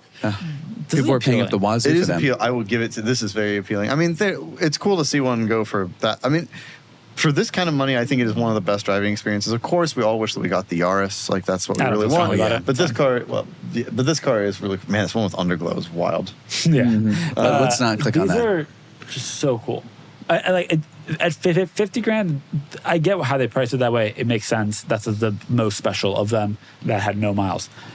But once you're at 20, And they all will calculation. get there.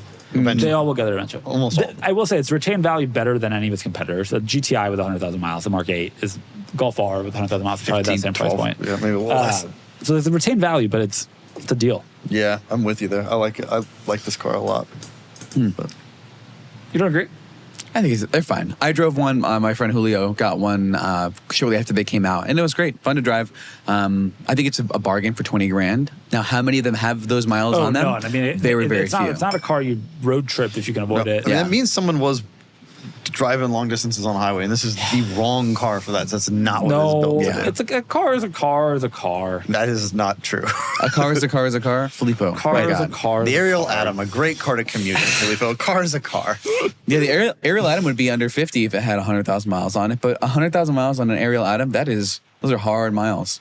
Yeah, that would be challenging. This is more comfortable than that. Of course. It's not on that. I'm looking at the Carfax. I'm curious. Texas.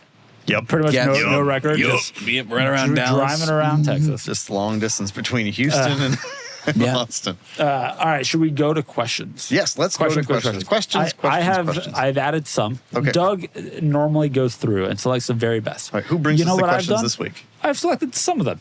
All right. Wow. So let's start with these. I did not forget the questions post You this did not time. forget the questions. Yes, post if this you time. want to We're ask proud us of it. questions, you can go to Cars and Bids, go to the community tab. There'll be a spot where you can post questions. We had 405 That's a comments lot. this week. It's a lot of questions. Lot of questions. But I selected a few. Maybe we'll add more. But we'll find out. We're rolling as we go. So let's start off. Okay. Kennan and Ryan. What cars do you think have the most aggressive body styling for the least performance? BMW i8. Wow, is that's actually fair. a really good Next. Can I give you an even better answer? Sure. No. 1 second. I got to make sure I have the name right. Oh, I've got one. I've got one.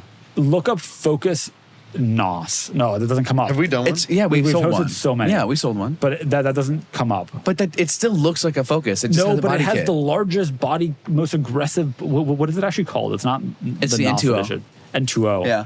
But it still looks like a Focus with a body kit. No, but it's the most aggressive body kit imaginable. It's. I think. Filippo, this is a sign of the times. Go to that silver one. That's the same. Yeah, that's the one we sold. I swear. Filippo, this is a sign of the times. This Yeah. is what those cars look like. But this is. This is the most aggressive body kit for no additional performance. You can put a Bomex body kit on a minivan and make it look aggressive, but This that doesn't. was sold by Ford. Yes, it was, but it's still It not has the same. How many horsepower do you think it has? Ask the question again. How many horsepower do you think it has? What's the question? The question is How many horsepower do you overall think that styling. has? 220. I feel like How it's many too much. horsepower do you think it has? I said 220. 180. Come back with a better guess. 180. 136. 136. So. But it looks fast. It looks like It looks should fast. have. That's the point. All right. No, I'm so sorry. Saline upped it to 152.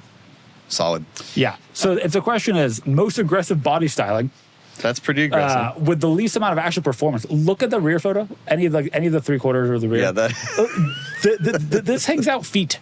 There are feet of saline high performance bumper. You could use the bumper for tailgate. The Listen, i8 is listen. aggressive for not being that fast a car. It's like 350 horsepower. Yeah. But it's an aggressive. This is a normal car. They added basically no performance. 10%. I think I'm going to get you on power here with one. Oh man, this is aggressive. The AZ1, the Mazda Speed Yeah, AZ1. you're not wrong. Where is which it? is a K car, by the way. Yes, this one. The M2-1015. This That looks is a exotic. lot. It looks exotic not and it looks aggressive, though. crazy. I don't know. I guess it's not as aggressive as that. However, power-wise, what did this thing make? It's like, you think that it was 63 horsepower. 63. There are typewriters with more If horsepower we're than going that. in this direction, though, like a Plymouth Prowler has some aggressive styling for zero performance. It's not 63 horsepower though. Somehow it might be slower. You know, I think I seeing win. this. I win this one. Filippo, does yours not is a win. I'm body so kit. sorry. Yours is a close second It's a body because kit sold it's by the the whole manufacturer. car. I think no. Filippo's actually wins in this. No category. car that has 152 insane. horsepower deserves to have that front bumper, rear bumper, side skirts. Filippo, you're not a tuner. You don't really understand. All right.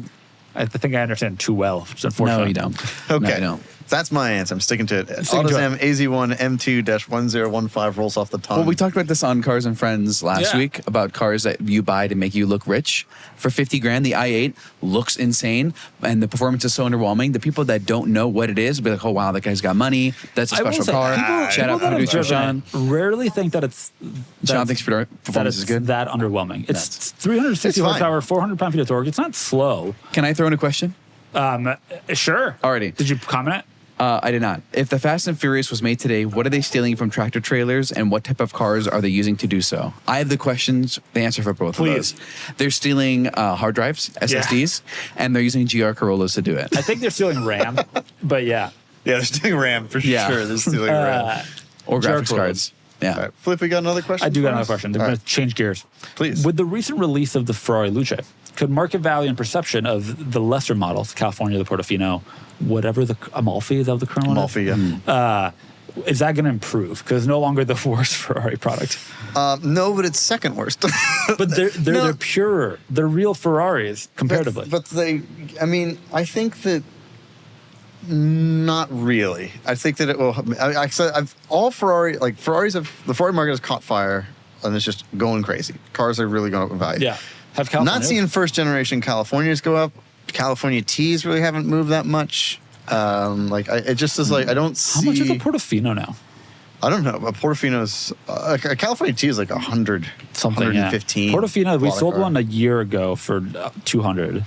Well, that's the thing. Ferrari, only the last 6 months count now in the world of Ferrari values. But I do think I'll be honest, not that many Portofinos on enthusiast sites. No, because they're. it's not really an enthusiast No. Ferrari. What's at the end of platform that day. they're built on? Is it the same as the Amalfi and the Roma and all those cars? I have absolutely no idea. The Amalfi is the Roma convertible. But the Yes and Portofino no. still exists. Well, it was the Roma Spider and the Amalfi existed at the same time. The Portofino still exists, though? No, the Portofino was replaced by the Amalfi. I want to go back to the question. First off, the California, they are starting to climb up a little bit in value because it is a naturally aspirated V8 in a Ferrari with a hardtop. This one was in May. It was bid to 80 with 22,000 miles on it. Yeah, but the person that buys a Ferrari California, they want it to be red. They want people to know they have a Ferrari. If it was the same car in red, I bet it would have sold. I'll bet you it wouldn't. I'll bet you it would. I just don't think there's any interest in it because unfortunately there's a stigma that surrounds them that it is the cheap Ferrari and also like it's kind of it's not as hardcore as it's not the mid-engine one everybody wants. Yeah. And so I don't think they unfortunately now there is a Cali T right now by the time this airs will have ended so I'm curious to see how Yeah, high but the that gets fact to. that with a day left, it's at 42. I also have to say tells I drove that California T that I Yeah. brought to site. I was shocked it's a great at how car. It hardcore that car sounds actually incredible. is. It actually, by It's all accounts, fast. handles well, too. And it is tail happy. It really wants to slide around. Awesome. Which is cool. It's and the turbo noises you get are kind of cool. Like it's a cool car. But right now the market is slightly nostalgic. So cars like Drusha Sean's Tip Frog, like those are going up in value, and the 355. It's and all not those Tip, it's F1. It's Tip. You guys, the world is Tip. Doug influence has clouded your judgment. No, It is you drive clouded one your of those, judgment. it's Tip. It Sean's is is much F1. better. He's got the Challenge TCU upgrade, and he's got a Just because it's automatic Tip. doesn't mean it's a Tip. it's a Tip. Well, obviously, Tiptronic refers to specifically Audi's product. our I bet it's world- patented. And Correct. there are like two trademarked. transmissions. There are manuals and there And are then there's tips. Tip. And Okay. then there's All a right. Dotish Children manual. It's somewhere in between. It's a manual. I It's think a I call it a I think it's manual. manual. If I got to push a clutch pedal and operate a lever, it's manual. But you don't have to, is the thing. That's right, fair enough. But it's shift But by if you wire. can. But to answer this question, I don't think those lesser Ferrari models are going to skyrocket in value like other Ferraris have. I just don't think that the demand is there, and they're just. No offense to those cars, they're just not cool enough as enthusiasts view them. I think they're great, honestly. I But do wonder if the Luce were the Amalfi replacement. Like if the Amalfi and Roma and whatever other examples were going away, I do think that would. I think like California and Portofino are pushed down by the fact that there's new entry-level convertible Ferraris. Yes. There's always a new one that you can get, and that you might have to get in order to qualify for a 296 Speciale or whatever it may be. Right. Right. So like there's downward pressure. If that went away and became EV, maybe they retain. Maybe the newest models stay up because there's no longer any manufacturer pressure. yeah, Maybe. yeah, I can see that. But it's not We'll like an see. enthusiast favorite. by any No, means. certainly not. Certainly not. I thought California had a shot.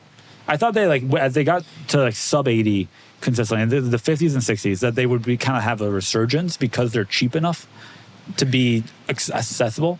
But, But I think those people buy Gran Turismos. We also haven't seen that with Mondials, which is another example of like a classic true. Ferrari that just hasn't, in a So similar true. vein. Yep. Just, and very likely we won't see that. So, So true. in my view. All right. Good question. I'm going to move on to one that has been asked a bunch of times by one H&D Luke, which is, why is the auction community so obsessed with window stickers? Enthusiasts treat them like the holy grail items, but I question their actual utility. They only validate the specs when it was new, not the condition of the car now. Well, Kennan, please explain, because there's a happy clear to answer explanation. that one. Yeah, someone who helped, Or Ryan, who right? Everybody. helped build the way things Yeah. are represented. Answer from the editorial side. I'll answer it from the valuation side. Ooh. Okay. I'll answer it from both. All right. All right. It. You're right. It verifies what the car came with when it was new. It makes it and it then gives us like we can check and see. It's like, okay, this car had Sport Chrono. Does it still have? It's like, of course, there it is. It adds value to underscore. It's like, here's how it came from when it was new. We don't have to guess. That's why we treat it like the gold standard of verification to like, this is how it left. Now, of course, cars can be modified, but you're usually not removing upgraded packages. You're not going to take PCCBs off of a 911, for instance. So it makes it a lot easier. And you can take it from the valuation side, but I think it makes it easier to place value based on the car that has this option. You can differentiate it from other ones that have those. Absolutely. When you're looking at the original MSRP, the options that are on the car, if the options are high enough on a certain price point car, we will also call it out in the highlights on the auction itself. Yep. But I'm wondering if this person is on the side of, I tried selling a car, I didn't have the window sticker, I got burned, or I'm trying to buy a car and everyone's asking for the window sticker, I don't care about it. I think their point, based on the rest of their question, is that it's not nearly as important as the maintenance history or what else has been done to the car. I disagree too. It's just as important. It's all part of the car. Yeah, the maintenance history is obviously incredibly important, but if you're someone who's looking for something specifically, I want a car a specific way because it had this rare option that I really want, that for me is a value differentiator, it's important to be able to verify that. Yeah.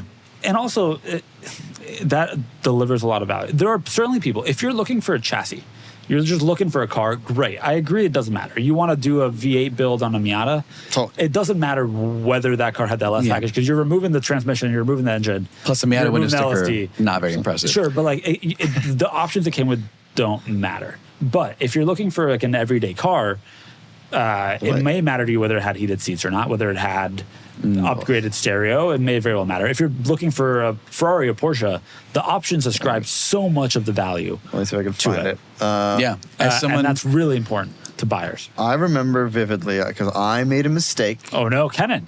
This was a learning experience. We have to go back to 2021 to find the mistake. Yes, this was a He while doesn't make ago. them often. It was this Melbourne Red BMW X3.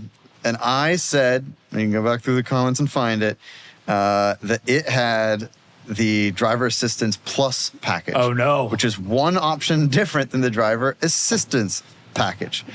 And I said that because like it had the other three, and I missed that it had the fourth. This car didn't have a window sticker. We also VIN decode a lot of these cars that do. BMWs do. We provide window stickers for a bunch of the cars. Yep, absolutely. But because it didn't have the window sticker, I screwed that up, and the person who was the high bidder at the time retracted their bid because I made this error. Now the car then ended up getting bid more than the person bid anyway. Because they cared about that. Because they cared about that fair. specific feature. Yeah, so. If you go to my station wagon, if you search my name, you find it. Oh, I know. Part of the appeal of this specific car is specific options that it had that I really wanted. This car was incredibly high spec. There's a lot of options that I don't care at all about. I don't care that it's a Designo interior, but I do care a lot that it has Distronic Adaptive Cruise. That was a requirement for me for this purchase. I needed it to have that. And so it was important that it had that. Man, it's and that interesting. delivered a lot of the value. There's a large value difference between cars that have it and cars that don't. Right. It's interesting that someone would even question the window sticker. It's part of the experience, I think, of looking at a car. It's as important as maintenance, or more important depending on what options you're looking for. But it's part of just like, you look at a car, you see the color, you look at the interior, you're like, what else did it come with from the factory when new? I'll tell you one other thing. If there has been if it's an older car, if there's an unbroken chain of people who have retained the documentation cool. of that, Agreed. That tells you something about how that car is, the people who've owned that car and how they've cared for it. I will say, there's obviously Subtle. cars where it doesn't. I get why it may not matter to you what options it has, because you're looking for the cheapest C7 Corvette in the country, as I was that maybe at one point. There was an option I cared about, had a manual. I didn't, and the Z51 was kind of important to me. Like, none of the other things mattered. I didn't care if it was a 1LT, a 2LT, or a 3LT. I didn't care if it had a heads-up display. I get not caring, and like what delivers value much more is, was this car in an accident? Was this car modified? Here's a question. But would you rather buy a still. car with no window sticker or no maintenance history? I would give up the window sticker for maintenance history. It's slightly more important to me. You can generally decode VINs. There's companies out there. Monroney Labels is a good one. We pull. But again, out I'm looking at it from an enthusiast perspective, owning an enthusiast car. If you're looking at it from a daily perspective, like I get the argument, to be quite honest. Yeah, but it matters. It really does matter, because the options matter, and this people value options. These cars are all mass produced, and so like there are very small things that differentiate them. Options. By the way, I will say, we don't. If you look at our classic cars, the pre-1981 especially, or heavily modified cars, we often won't be able to differentiate from a car from the 50s what was standard equipment, what was changed, and that at that point the original equipment doesn't matter, because it's likely been modified, updated, whatever. Depending on the car, there are certain things like that Jag XK 120 that I did. Like I knew to look for the C-type head. Like that took some effort to figure out how to do that. That's really important to verify. So it's like there's stuff like that. There's subtleties to all these Do me a things. favor, look up SF90.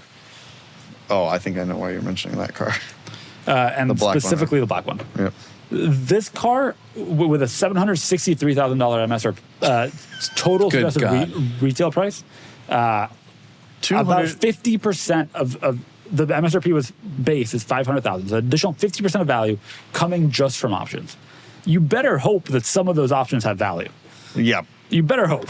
Otherwise, I mean, some of them certainly don't. But Also, cool thing about Ferraris, I'm looking for it real quick. Yeah, they all will come thing. with since 2017 or 2016. They all have this plaque on the inside of the trunk that tells you exactly what options the car has. But I think it's so so a car very of this cool. caliber, you may want something specific, or you may value something specific. Oh yeah, Yeah. front lift is important. You know, everyone Yeah. wants the Now, shields, do you Daytonas, blah, care blah, blah. that it has a Cavallino stitching on the headrest? Maybe your value to that is not the $5,000 that it costs. Sorry, $2,025 that it costs. But it underscores if it's- you want this car. if you want this car. And if you want to resell it, that you may think the future buyer of this car does care about that. They want to have as many horses on their SF90 as possible. Let me make sure that I buy a car that has that. It's true, a lot of horses. I don't think anyone's going to turn down a window sticker, to be fair. But let's move on. We've hung out on this question for quite a while. Fine. All right, let's find one more All right, one great more. one. Give us one more good one, Filippo. I saw one that said, "Why is Filippo the way he is?" I know, and the We'll skip responses that. were It's a great. long, We're very complicated kind. response. They love you, Filippo. It's such a complicated response. We talked about the Bugatti FKP, which is the Yes. Ferdinand Piëch homage Bugatti. It looks like the Veyron, but it's a Chiron.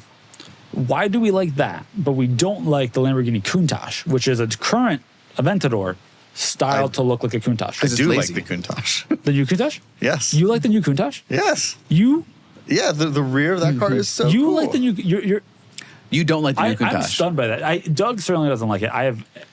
The amount of thought that I give to any Doug does, Lamborghini product Doug does is like zero. the rear of that car. The new one. Was The new one. What year is it? 2020? Oh, yeah. 4, 5? I don't know. Nobody knows. I saw one at O'Gara.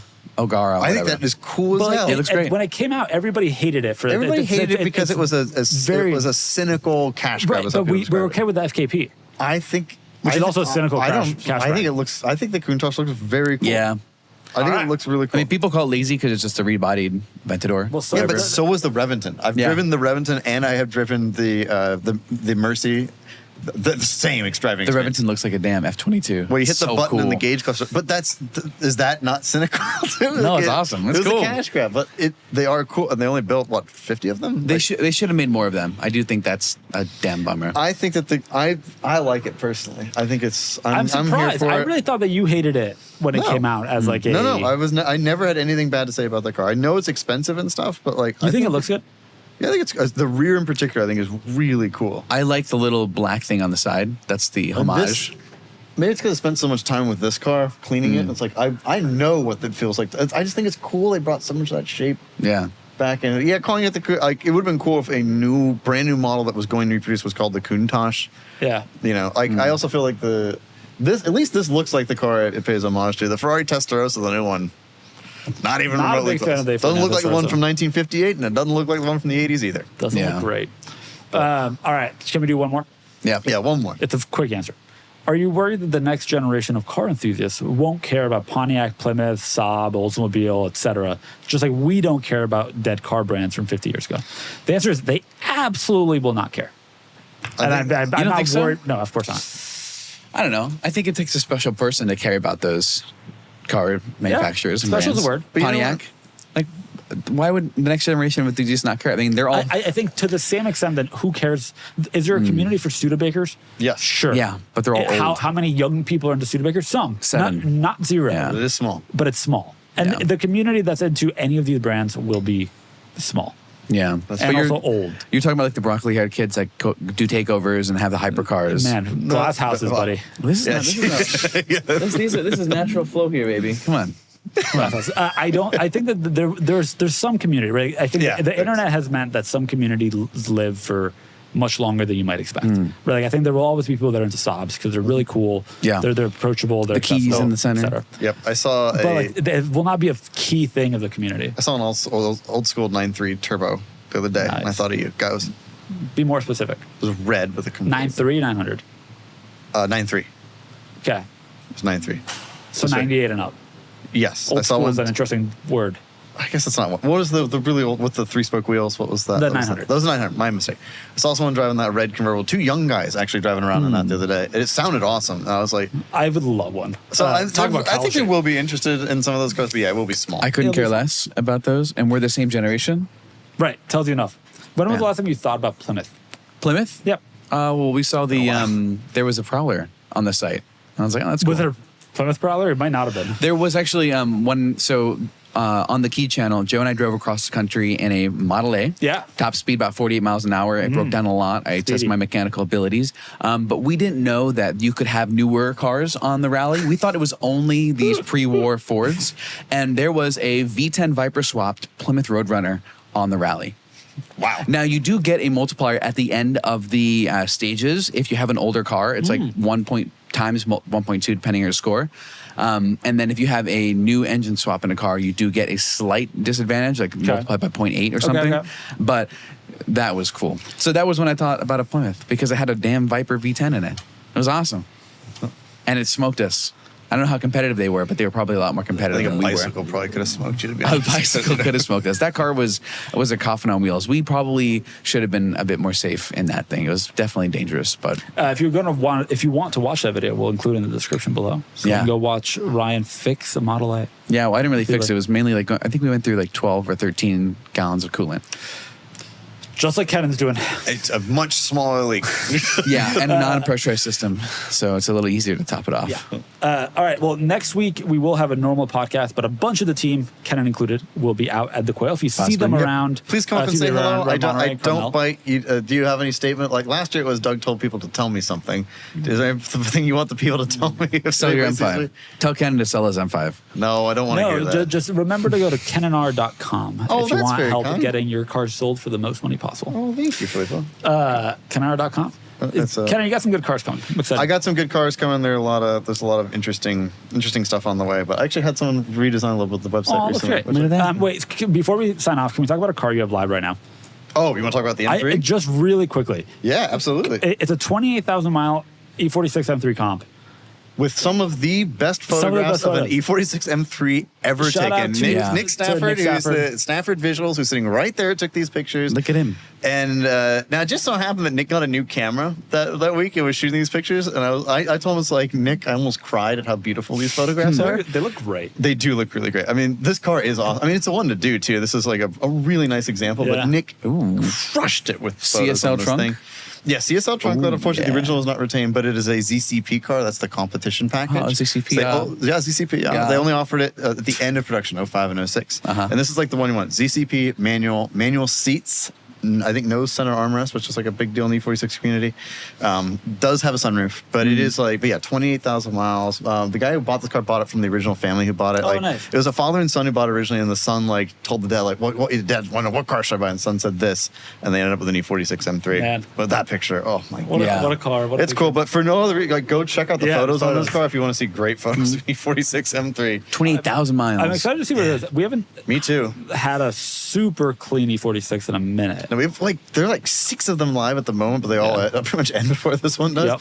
And I am really curious. And it's titanium silver with a black interior, which is the most common color combination, but it is really clean and good lord does it drive. I think this car looks best in silver.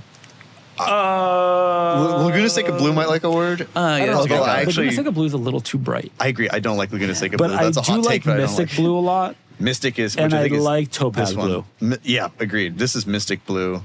I just think it hides too much of the car. I Too also dark. like some of the grays. I can't remember which one specifically I mean, but some of the grays I think look good. Yeah, but titanium silver is nice Titanium and silver bright. is like a classic color. Yeah. Yep. It's all, early 2000s BMWs just all look good in titanium Yep. silver. Z8, my car, E53. There we go, your car. You had, they all look really Mine was blue. Are you supposed blue? Yeah.